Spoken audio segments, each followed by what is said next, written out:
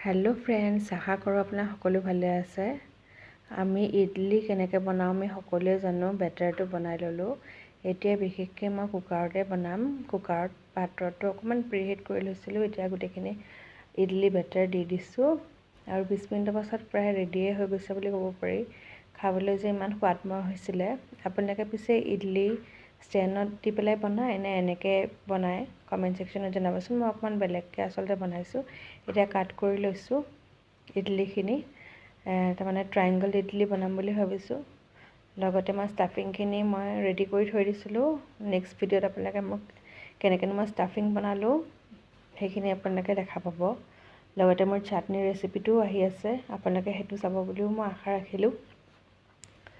তাৰপিছতে এয়া মই এতিয়া ডেক'ৰেশ্যন কৰি লৈছোঁ, যিহেতু কাৰী লিভছৰ সৈতে যি আলু পুৰ বনাইছিলোঁ দেখিবলৈও সুন্দৰ হৈছে। এনেকৈ মই কৰি লৈছোঁ। এতিয়া মোৰ আলু পুৰৰ সেই ডেক'ৰেশ্যনটো ৰেডি হৈ গৈছে। বেছি কালাৰফুল কৰিবলৈ কাৰণে মই বিটৰুট দি দিছোঁ। বিটৰুট দিলে আৰু কালাৰফুল হয়, গতিকে হোৱাইট কালাৰ, য়েল্ল' কালাৰ আৰু বিটৰুটৰ কালাৰ গোটেইকেইটা মিশ্ৰণ হৈ এটা সুন্দৰ কালাৰ হৈ গৈছে। আপোনালোকে এনেকৈ কেতিয়াবা ট্ৰাই কৰি চাব পাৰে। ৰেচিপিবিলাক যদি মোৰ ভাল লাগে কমেণ্ট ছেকশ্যনত জনাবলৈ নাপাহৰিব। ইতিমধ্যে যদি মোৰ চেনেলটো ছাবস্ক্ৰাইব কৰি দিয়া নাই, প্লিজ ছাবস্ক্ৰাইব কৰি দিবলৈ নাপাহৰিব। এতিয়া মোৰ ৰেডিও হৈ গৈছে। সদায় নতুন নতুন ৰেচিপিজ, নতুন নতুন ভিডিঅ' চাই থাকিব। আপোনালোকে সদায় চাই থাকিব, সদায় ছাপোৰ্ট কৰি থাকিব বুলি মই আশা ৰাখিলোঁ। এতিয়া মোৰ ৰেডি হৈ গৈছে।